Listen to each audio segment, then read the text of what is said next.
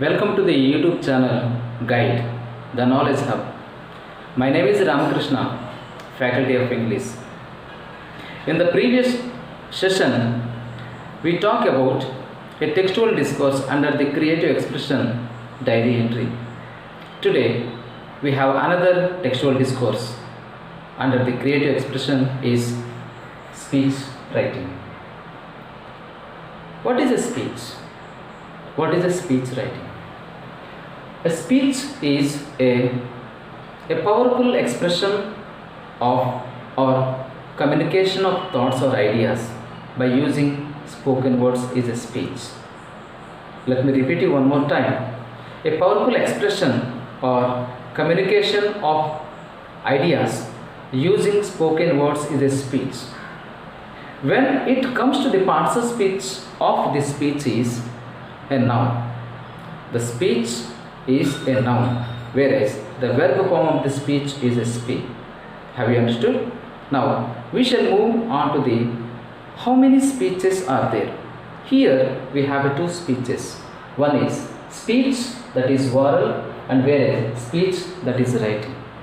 Okay, here when it comes to the oral speech or when you are addressing the audience, there is a formal talk to the audience. That means we address the audience in a formal way. That is a formal talk, right? Whereas speech writing, there is no need of audience. Here there is no need of audience. The very person that we require is a reader. But the intention of speech writing is to improve the writing skills of the students. A student has to improve his style of writing. So that is the purpose of learning a speech writing. Today we shall learn a speech writing. So before learning speech writing, we have some features. So let us know the features of writing a speech. The first and foremost feature of the speech writing is talk contextually. Here, for example, Independence Day celebration is going on.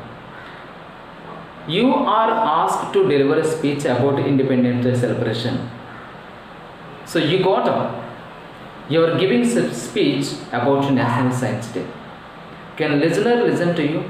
Can audience accept you? No, they won't listen to you and they won't accept you because you are giving the speech other than the topic.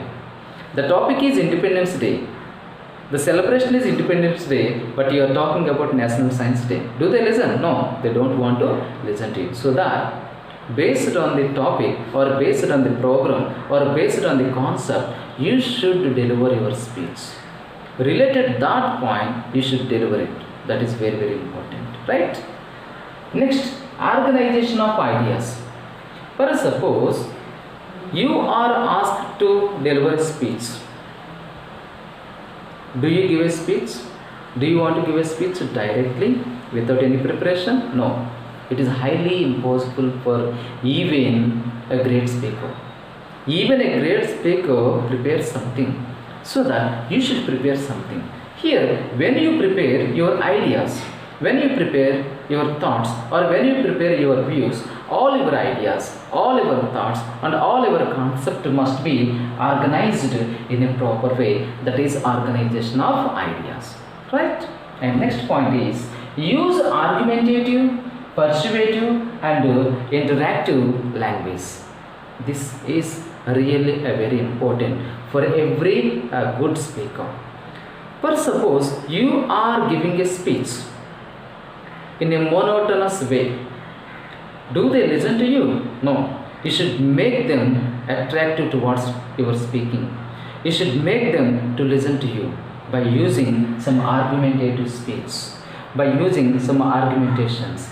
Or what is the argumentation here? So you should make the audience to analysis. You should make the audience to discuss the points that you deliver. That is the argumentative. When it comes to the persuasive, sometimes you convince them. Sometimes with your views, with your ideas, with your concept, you try to make them convinced. That is persuasive. And next one is interactive. You should exchange some words. You should not give a speech continuously. There is a need of some exchange. There is need of some replies from the audience. You should take their replies. You should take them and try to give them answers for their questions. That is interactive. Then when you use argumentative, persuasive and interactive language, definitely your speech would be more beautiful and more attractive. Okay, now, and use discourse markers. This is the fourth salient feature. Use discourse markers. Here we got a word discourse. Discourse, as we already talked about, discourse is a spoken form or a written form. Here we should use discourse markers. As I already talked to you, second point, organization of ideas. If you wanted to organize your ideas, you should use some discourse markers. So using discourse markers can make your points proper order, right? That is a discourse marker. Now coming to the next point, coherence. Coherence is a logical connection. The points that you would like to deliver, the ideas that you would like to deliver can be arranged in a chronological order by using some cohesive devices, that is coherence. Now another point is citation of examples and quotations. For suppose you are talking about a speech, you are delivering a speech about Independence Day, you should bring some important quotations which are given by the great freedom fighters or important examples from the freedom fighters. And the last point is voice modulation and body language. Besides knowing some salient features, when you are writing a speech writing, there are some points to be noticed. The first and foremost point is occasion, second one is age group of the audience, third one is point of view. Under the point of view, that means point of view is a main idea or the concept of writing a speech. So under that main idea, the purpose of delivering a speech or the purpose of writing a speech is sometimes to motivate, sometimes to inform some information, or to make the audience inspire and to make them convinced with your views and ideas, and sometimes you should make them motivate. So these are the points one has to keep in mind. First one is occasion. So here you should know, before you write speech writing, you should know what is occasion for, why the occasion is conducted. So you should question yourself before you are starting writing a speech writing. So next one is age group of the audience. See, we see meetings with different age groups. You should notice their age groups. Based on the age groups, you should deliver your speech. For suppose you see the meeting, most of the people are from the teenagers. So when you deliver a speech which is related to the old people, these teenage people can get boredom.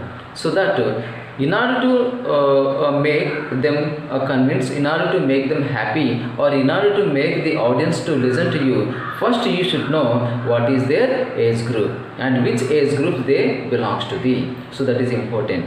And now point of view. In the previous class, the diary entry, we came to know what is a point of view.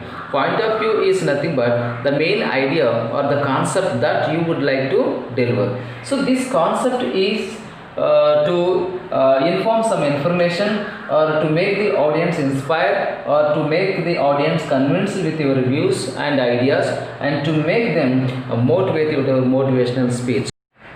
Now we have 4 parts under the speech writing. If you are asked to prepare a script for a speech, there you should keep in mind 4 points. The first point is heading, second one is addressing the dais, third one is the body of the script or speech writing, and the fourth part of the speech writing is thanking the audience. So when it comes to the heading, when you are writing a script for a speech, there you need to write a heading, suitable heading, a suitable title which is related to the topic that you would like to write. That is very important. But whereas when you go for delivering a speech, directly, or you are addressing the audience directly, there you no need of keeping any title, you no need of giving any title for your speech. It is only for script writing for a speech. You please keep in mind. Okay, now second point is addressing the dais. Here what is addressing the dais? Here what is the dais refers to? Here dais refers to the people. Dais refers to the persons like chief guest or guest of the honor or president of the occasion. So you should greet them as soon as you are asked to come onto the dais to deliver your speech. First you should greet them and then start delivering your speech. So that is addressing the dais. And now when you come to the third point, that is the body of the speech. So under the body of the speech, that means the main concept of the speech, first you express your views. You express your views. After expressing your views, you just highlights the merits and the demerits. What are the merits and what are the demerits, and what are the points which are not good, or what are the points which are good for the occasion. You should highlight them. So after that, you just conclude your message. You just conclude your speech with a message or a good advice. So this is how. And finally you thank the audience for listening to you for a long time. So this is how one has to write a script for a speech. So these are the salient features, and these are the points, these are the parts that one has to keep in mind if one is asked to prepare a script for a speech. Thank you one and all. If you like this video, you please subscribe my channel, like, and please press the bell icon for further notifications. Thank you very much. Thank you all.